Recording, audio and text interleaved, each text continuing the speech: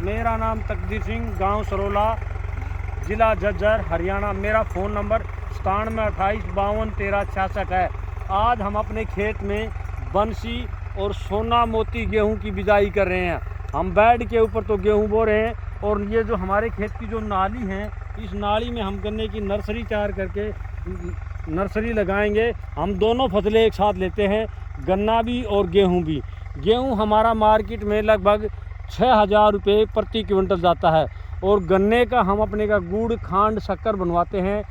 गुड़ हमारा लगभग 100 रुपये किलो, शक्कर हमारी 120 रुपये किलो, और खांड हमारी 160 रुपये किलो जाती है।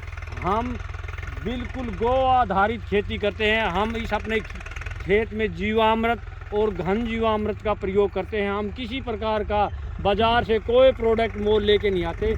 हम बिल्कुल इससे जो कीटनाशक तैयार करते हैं, उसमें हम आटा, धतूरा, अदरक, लहसुन, हरी मिर्च, प्याज और नीम की निमोलियाँ और नीम के पत्ते कूट के और अरक तैयार करते हैं। हम उनकी स्प्रे लगाते हैं अपने गन्ने में। जो हमारा ये गन्ना खड़ा है, ये बिल्कुल प्राकृतिक गौ आधारित गन्ना है। इससे पहले हमने इस गन्ने में गेहूं लगाया था, और गेहूं लगाने के बाद अब हमारा गन्ना इसी तरह इसी खेत में भी हम अपना गन्ना, और इस खेती में लगभग 70% पानी की बचत है। और किसान भाइयों से मैं अनुरोध करता हूं कि आप गौ आधारित खेती करिए।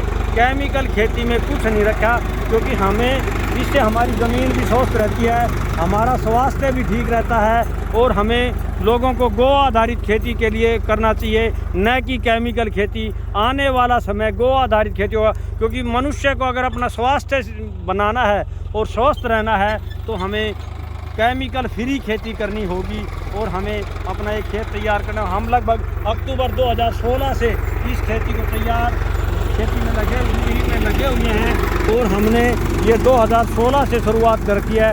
ये जो मशीन है, ये मैंने खुद बनाई थी, इसकी ड्राइंग मैंने तैयार की थी।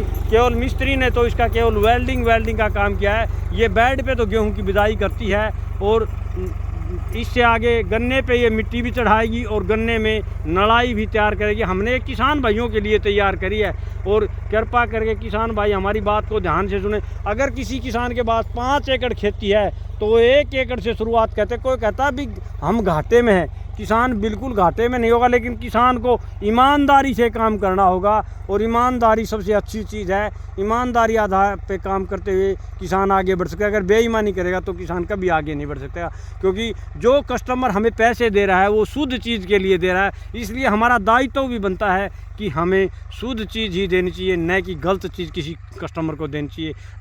इन्हीं शब्दों के साथ मैं अपनी वाणी को विराम देता हूँ। धन्यवाद। वाह जी वाह अंकल जी, आप तो पूरी हो